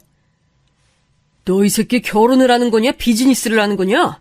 재수씨 사랑하긴 하는 거야? 아, 형. 당연히 이 모든 건 내가 수진이를 사랑하는 거를 기본으로 깔고 가는 거야. 무슨 말을 그렇게 못되게 해. 아이, 그리고 막말로 형수님. 삼촌이 그렇게까지 입지가 커지면 수민이 지민이한테도 다 좋은 일 아니겠어요? 조카 녀석들뿐만 아니라 형이랑 형수님 건강검진은 평생 걱정도 하지 마세요. 저희가 최상의 서비스로 모시겠습니다. 늘 자기 형을 무시만 하고 콧대가 하늘을 찌르던 도련님이 이렇게까지 싹싹 빌자 저도 조금은 의아한 마음이 들기 시작했습니다. 그래요, 뭐 도련님 뜻은 잘 알겠어요. 그런데 두 사람 결혼하는데 우리가 무슨 영향력이 있다고 이렇게까지 찾아와요? 막말로 두 사람 알아서 결혼하고 우리 평생 안 보고 살아도 되는 거잖아요. 우리한테 뭐 바라는 거라도 있어요? 그게요, 형수님. 장인 장모님이 형수님 사과를 꼭 받아야겠다고 하셔서. 안 그러면 이번 결혼은 아예 없던 걸로 하시겠다고. 형수님, 제가 이렇게 빕니다. 딱 한 번만 이 불쌍한 시동생 위해서 장인 장모님께 사과 전화 한 통만 부탁드립니다. 저희 장인 장모님 생각보다 빡빡하신 분들 아니에요. 딱 한 번만요. 형수님, 누나, 평생 큰 누님으로 모시겠습니다. 제가 이렇게까지 빕니다. 제발요, 한 번만요. 그러면서 도련님은 맨바닥에 무릎을 철퍼덕 꿇는 거 아니겠어요? 아이고, 지랄이 났다, 지랄이 났어. 당장 일어나서 꺼지지 못해? 형, 내 말 들어줄 때까지 안 나갈 거야, 제발. 급기야 도련님은 남편의 바지가랑이까지 붙들고 바닥에 늘어지기 시작했습니다. 도련님은 늘 욕심이 많은 줄 알았으나 이렇게까지 성공력이 강한 사람인 줄은 그때 처음 알았습니다. 저는 그 사과가 죽기보다 하기 싫었지만 그래도 그날 좀 심하게 쏘아붙인 감도 없잖아 있고 우리 딸내미들 얘기까지 하면서 저렇게까지 싹싹 비는 도련님을 보니까 이번만은 한번 져줘야겠다고 생각을 했습니다. 그렇게 한 발 물러서서 사돈 어른들께 전화를 드려 그날 동서가 무례하게 군 건 맞지만 그렇다고 똑같이 대응한 저도 지혜롭지는 못했다고 죄송하다고 사과를 드렸습니다. 의외로 사돈 어른들도 딸 자식 외동으로 오냐오냐 키워서 말을 좀 막 하는 경향이 있는데 이해해달라고 쿨하게 받아주셔서 그렇게 사돈댁과의 갈등은 일단락됐습니다. 그러는 김에 남편과 시어머님도 도련님의 중재로 화해를 하게 됐고요. 그렇게 우여곡절 끝에 치러진 두 사람의 결혼식은 제가 그동안 봐왔던 어떤 결혼식보다도 화려했습니다. 장충동의 유명한 호텔의 가장 큰 홀을 통째로 빌렸는데 사돈 어른댁 손님들이 거의 대부분이었습니다. 그중에는 그 지역 유지는 물론 지역구 의원, 유력한 기업가 등등 흡사 재벌가의 결혼식에서나 볼 법한 끝발 날리는 사람들이 가득했죠. 시어머니가 동서의 무례하고 오만방자한 태도에도 왜 그렇게 저자세로 일관하며 오히려 저를 나무랐는지 이해가 가는 대목이었죠. 동서 집안이랑 도련님이 결혼을 하면 자신의 집안의 사회적 위치도 덩달아 올라갈 것이라는 욕심 때문이었겠죠. 그러니 조그만 동네 상인에 불과한 저희 부부는 안중에도 없을 수밖에요. 서방님네가 결혼을 하고 난 뒤 몇 년 동안은 막상 크게 서로 마주칠 일이 없었습니다. 서방님 내외는 레지던트 생활을 하느라 눈코 뜰 새 없이 바빠서 명절에조차 한자리에 모이기 힘들었으니까요. 저는 오히려 좋았습니다. 상견례 때부터 삐걱거리고 시작한 관계였는데 그들이 바쁘다는 핑계로 보지 않아도 됐으니까요. 하지만 그런 평화는 오래가지 못했습니다. 동서가 레지던트 말년차가 됐을 때였는데 그때는 그래도 서방님네가 시간적 여유가 생겨서 그의 명절에 거의 처음으로 시댁 식구들 모두가 한자리에 모였습니다. 그리고 그날 그 자리에는 저에게는 또 한 번 큰 짜증을 안겨줬지요. 큰아가, 민석이네 결혼하고는 처음으로 다 같이 모이는 자리니까 네가 이번 명절상이랑 차례상은 책임지고 준비해. 할 수 있지? 네? 아니 어머님, 지금 시대가 어느 때인데 며느리 하나만 명절상 독박 쓰는 경우가 어딨어요. 그것도 맏며느리 혼자서요. 동서도 시간 여유 꽤 생겼다면서요. 그러면 같이 해야 맞죠? 아니 얘가 정신 나간 소리 하고 있네. 아무리 레지던트 말년차라고 해도 뭐 니네 복덕방처럼 여유로울 줄 알았어? 아무리 말년차여도 바쁜 건 바쁜 거야. 이럴 때 손이 똥설어서 인심은 못 베풀 망정 어디 바쁜 애 못 부려먹어서 안달이야. 정말 너무하시네요, 어머님. 그래요, 뭐가 됐든 명절상이랑 차례상만 준비하면 되죠? 일단 알겠습니다. 시어머니는 아무런 거리낌 없이 저에게만 모든 명절 음식 준비와 차례 준비를 일임하셨습니다. 저는 너무 신경질이 나는 데다가 일이 너무 바빠서 제대로 그걸 준비할 시간조차 없어서 그냥 돈 주고 명절 음식 전문 출장 뷔페에다가 모든 준비를 맡겼죠. 허투루 준비했다는 소리 듣기 싫어서 아주 최고급 업체를 선정해서 제대로 준비했습니다. 시어머니는 또 그게 마음에 안 들었던 건지 생각 없이 돈 쓴다, 조상님이 노하신다 이렇게 잔소리를 늘어놓는 찰나에 정말 오랜만에 보는 서방님 부부가 막 도착했습니다. 어머님, 저희 왔어요. 형님네도 와 계셨네요? 준비는 잘하셨죠? 동서는 들어서자마자 제가 명절상을 준비하는 것이 당연했다는 듯한 태도를 보였죠.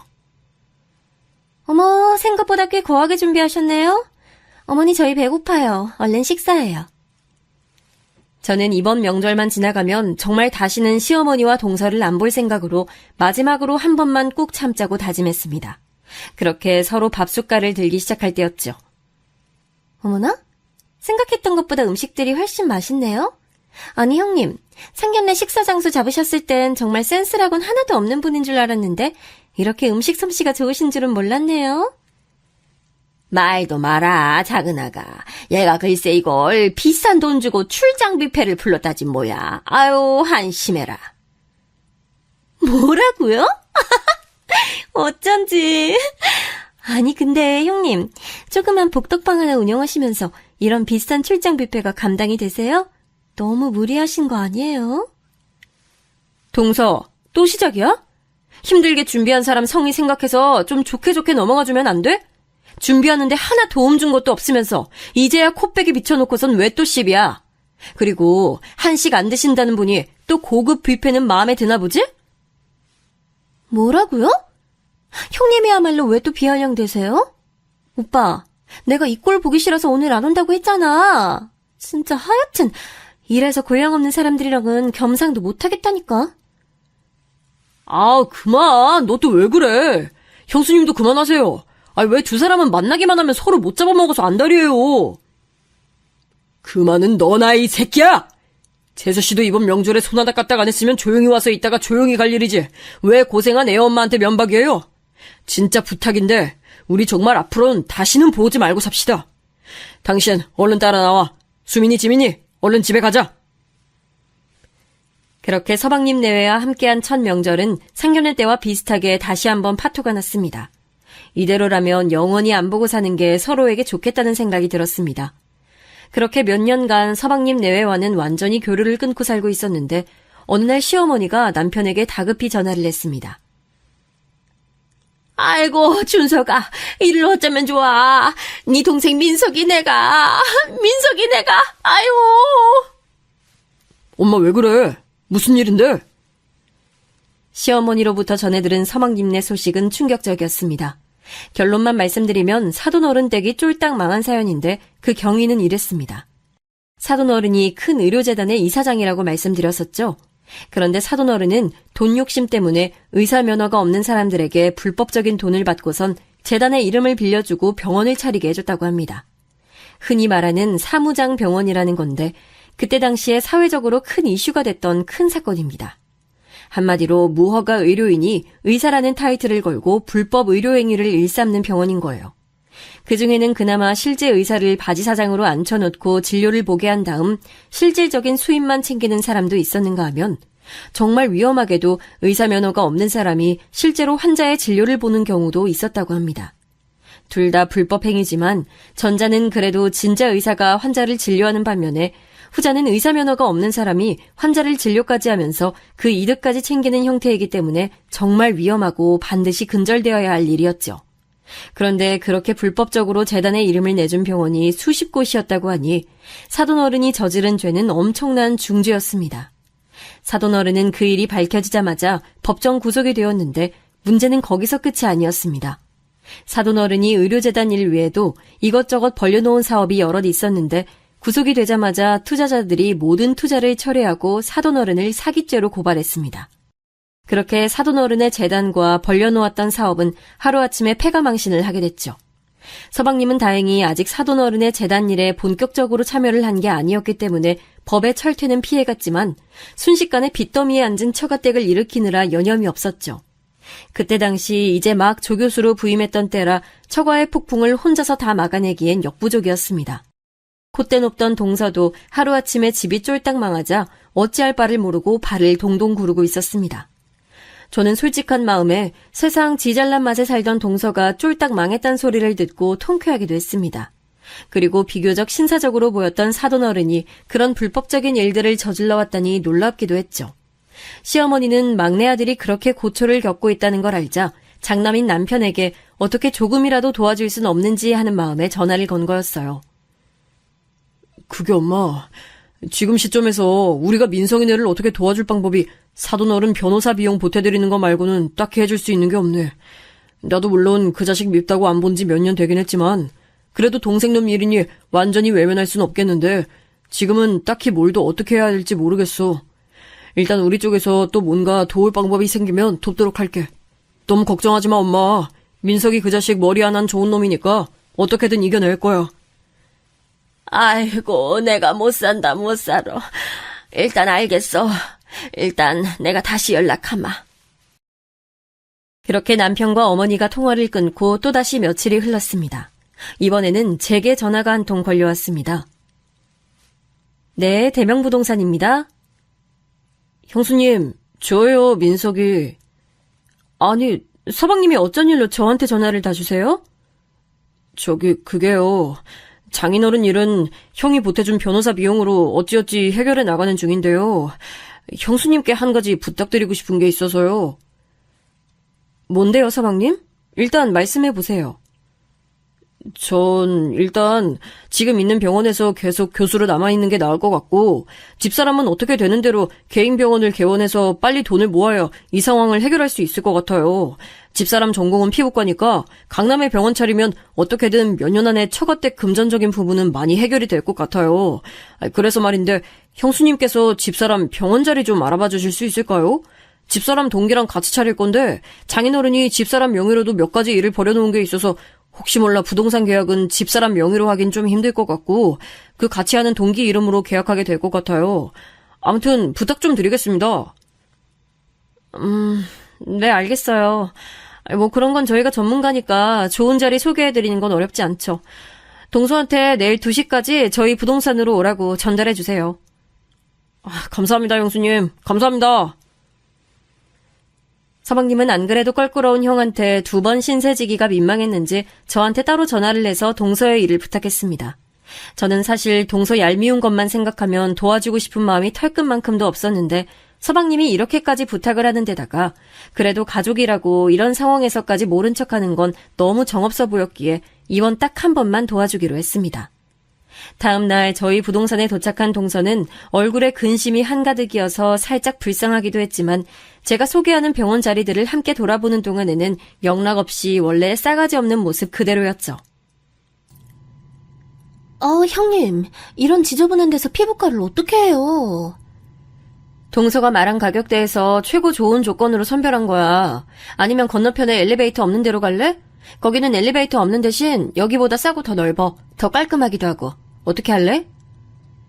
아니, 형님, 강남에서 피부과 하면서 엘리베이터 없는 데서 한다는 게 말이 돼요? 저 망하게 하려고 작정했어요? 부동산 오래 하셨다는 분이 그 정도 감각도 없어요? 이러니까 애초에 큰 법인형 부동산한테 일을 맡겼어야 됐는데 급하다고 형님한테 맡겼더니 이거는 뭐 더 쫄딱 망하게 생겼네요.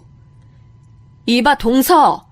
내가 진짜 부동산 수십 년 하면서 가진 진상 다 만나봤는데 동서 같은 진상은 처음 본다. 아니, 그렇게 마음에 안 들면 가격을 올려서 보던가 아니면 지금 가격대에서 최대한 타협해서 들어가던가 해야지. 무조건 이것도 싫다 저것도 싫다 하면 강남 벗어나서 저기 어디 시골에 가서 차려. 지금이 벌써 몇 번째 건물이야. 나 더 이상 짜증나서 안 해. 다른 부동산 알아봐. 저는 그렇게 동서를 그 자리에 내팽개치고 돌아왔습니다.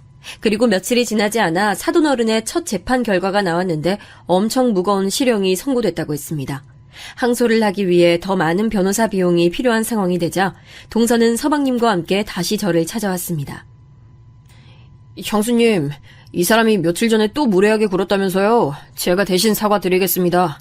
이 사람이 자존심만 세고 세상 물정을 몰라서 다시 한번 형수님을 불쾌하게 해드렸네요. 뭐해, 얼른 사과드려. 죄송해요. 말씀드린 조건에서 최대한 맞춰서 들어갈게요.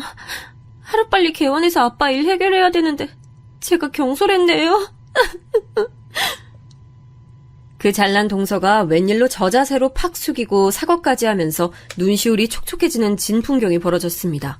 사돈 어른의 일이 다급하고 절망적이긴 했나 봅니다. 그래도 저는 그때까지도 괘씸한 마음이 가시질 않아서 이번만큼은 더 도와주고 싶은 마음이 없었습니다. 경수님, 이번 일 도와주셔서 이 사람 병원 잘 되면 3년간 수익의 5% 떼드릴게요.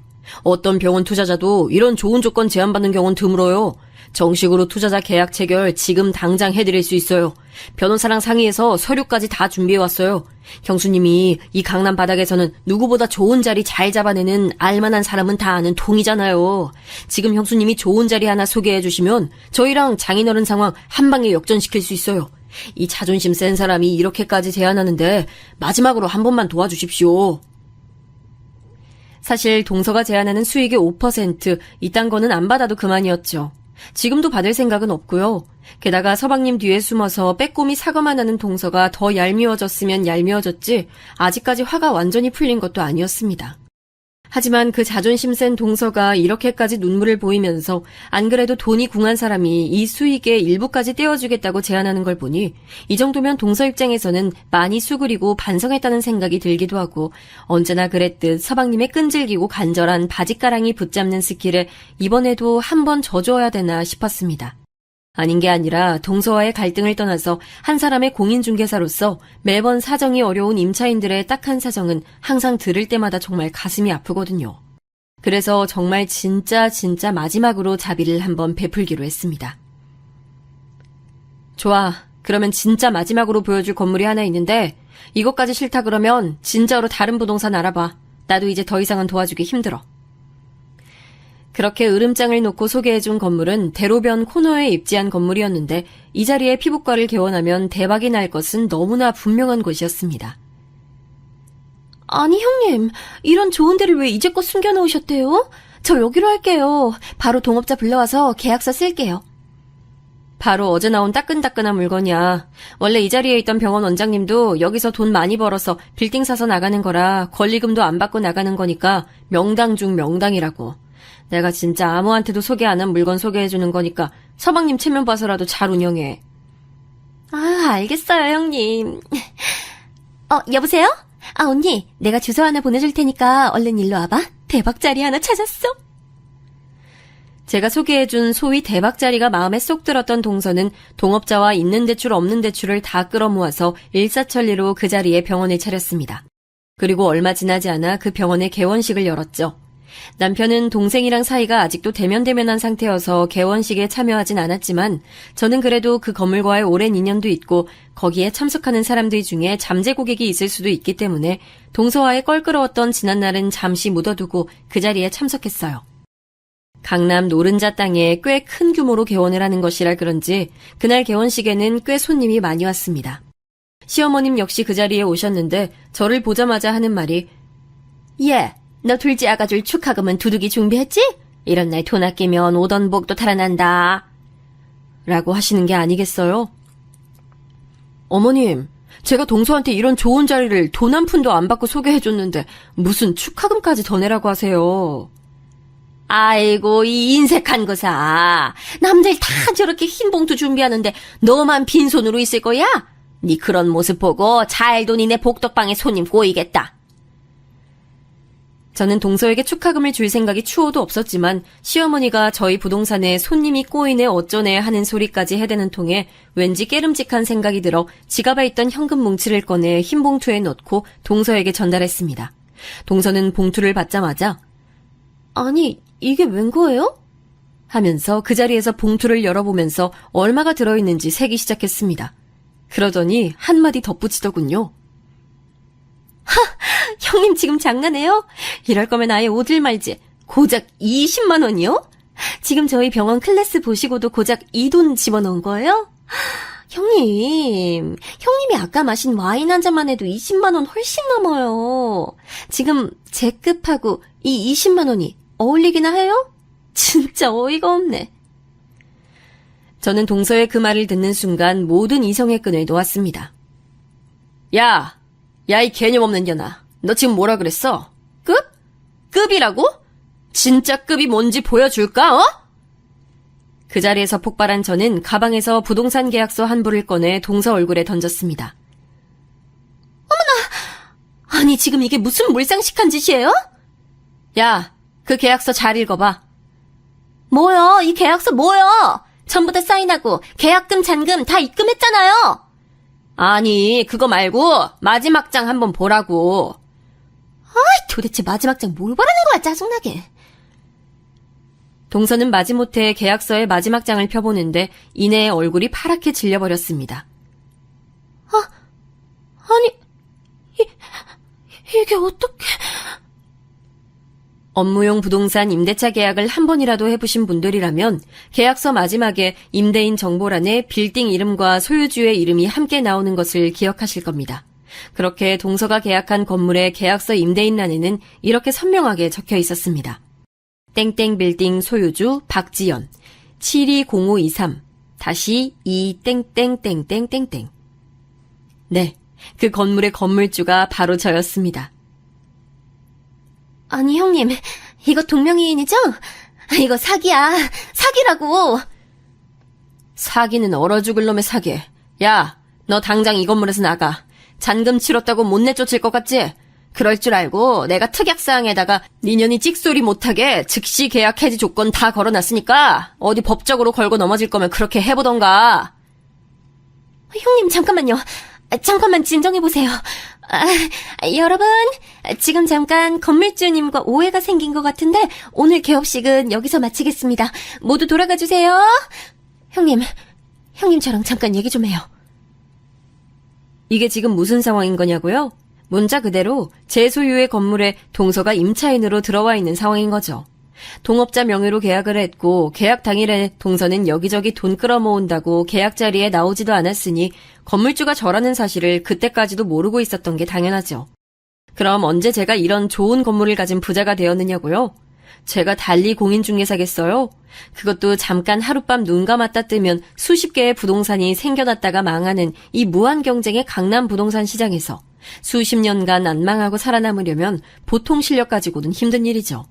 그 탄탄한 실력을 바탕으로 저와 남편은 개업 초창기부터 부동산 운영과 동시에 저희가 직접 재테크를 많이 했습니다. 부동산 시장의 최전선에 있었기 때문에 그 어느 누구보다도 빠른 정보력으로 정말 재미를 많이 봤죠. 처음엔 조그맣고 다 쓰러져가는 허름한 빌딩부터 투자를 시작해서 계속해서 더 좋은 건물을 사고 되팔고 하는 식으로 수익을 올려서 지금 이 노른자 코너 자리에 위치한 좋은 건물까지 갖게 된 거죠. 그 밖에도 여기저기에 어떤 건물은 제 명의, 어떤 건물은 남편 명의로 몇 채가 더 있습니다. 그동안 티를 안 냈다 뿐이지 저희는 잘나신 의사 집안인 사돈댁이 하나도 부럽지 않은 강남의 자산가들이에요.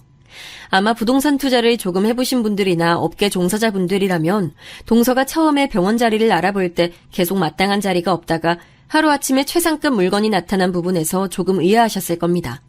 만약 같은 금액 조건에서 계속 찾는다면 갑작스레 이전 물건보다 훨씬 좋은 매물이 바로 다음날 튀어나온 건 불가능하거든요. 다 제가 제 건물에 마침 생긴 공실에 동서를 꽂아 넣어주었기 때문에 가능한 일이었죠. 당연히 원래 받아야 할 보증금과 월세보다 훨씬 적게 계약을 했고요. 서방님의 간절한 태도를 생각해서 그리고 집안이 쫄딱 망한 동서의 처지를 불쌍하게 생각해서 큰 자비를 베풀었는데 자기 급에 안 맞는 축하금 봉투 내밀었다고 건방지게 구는 꼬라지를 보니 더 이상 참지 않고 폭발해버린 겁니다. 형님, 제가 잘못했어요. 한 번만 봐주세요. 아니, 한 번만 살려주세요. 다시는 형님 무시하지 않을게요. 제발 한 번만 살려주세요. 개원식 손님들이 모두 돌아간 자리에서 동서는 제게 무릎을 꿇고 닭똥 같은 눈물을 흘리면서 싹싹 빌었습니다. 아이고, 얘 큰아가. 나도 네가 이렇게 엄청난 사람인 줄 몰랐어. 내가 대신 사과할 테니 이제 그만 작은아가 용서해다오. 다 망한 집안 이렇게 세워보겠다고 이것저것 다 끌어모아서 이렇게 새로 시작하는데 마지막으로 한 번만 자비를 베풀어다오. 결혼 생활 내내 저를 무시했던 시어머니조차도 이전엔 볼 수 없었던 예의 바른 태도로 저를 설득했습니다. 동서, 자네가 얼마나 위대한 집안에서 얼마나 공부를 많이 하고 자랐는진 모르겠지만 아무리 그래도 겉으로 보이는 걸로 사람 함부로 무시하면 안 되는 거야. 알았어? 앞으로 동서하는 거 봐서 계약은 해지하든지 말든지 할 테니까 앞으로 똑바로 해. 이제껏 서방님 봐서 참고 있었는데 한 번만 더 나 열받게 하면 가만 안 있는다 진짜. 네, 형님, 알겠습니다. 알겠습니다. 정말 죄송해요. 사실 이미 잔금이 들어온 계약건에 대해서 임대인이 일방적으로 계약을 해지하는 것은 쉽지 않은 일일 뿐더러 가능하다고 해도 그렇게 곧바로 처리할 수도 없습니다. 다만 동서의 태도가 너무 괘씸하니까 겁을 좀 준 것뿐인데 그런 절차도 잘 모르는 동서가 겁을 집어먹고 저에게 싹싹 비는데 제 마음이 얼마나 통쾌했을지 짐작하시나요? 어쨌든 그날 사건 이후로 저는 동서의 완전한 갑이 되었고 동서는 그때부터 이날 이때까지 저를 아주 깍듯이 모시고 있습니다. 참 돈이란 게 무엇인지 하루아침에 사람의 태도를 이렇게 바꿀 수 있는 걸까요? 한편으론 무섭기도 합니다. 아무튼 그 이후로 다행히 동서의 피부과는 엄청 대박이 나서 집안의 빚도 모두 갚고 사돈어른의 재판도 최대한 유리한 쪽으로 이끌어냈습니다. 저는 행여라도 우리 딸들이 행여라도 돈 때문에 서러운 일 당하지 않았으면 하는 마음에 오늘도 열심히 강남 바닥을 돌아다니며 좋은 매물 정보를 수집하고 있습니다. 잠시 차 한잔 마시며 쉬는 틈에 사연을 적어봤는데 벌써 시간이 이렇게 됐네요. 그럼 저는 다음 건물을 타러 이만 이동해야 할 것 같습니다. 모두들 좋은 하루 보내세요.